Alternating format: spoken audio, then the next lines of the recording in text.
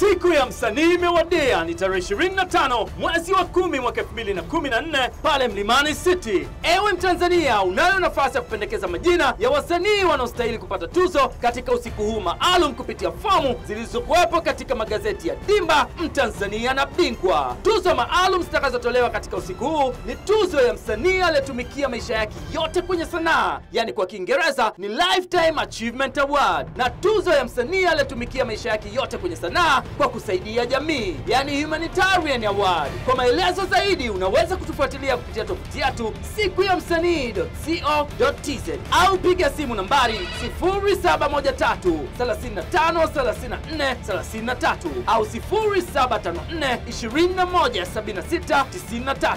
Siku hii ya msanii inaletwa kwenu na Hackney Production pamoja na Baraza la Sanaa la Taifa BASATA.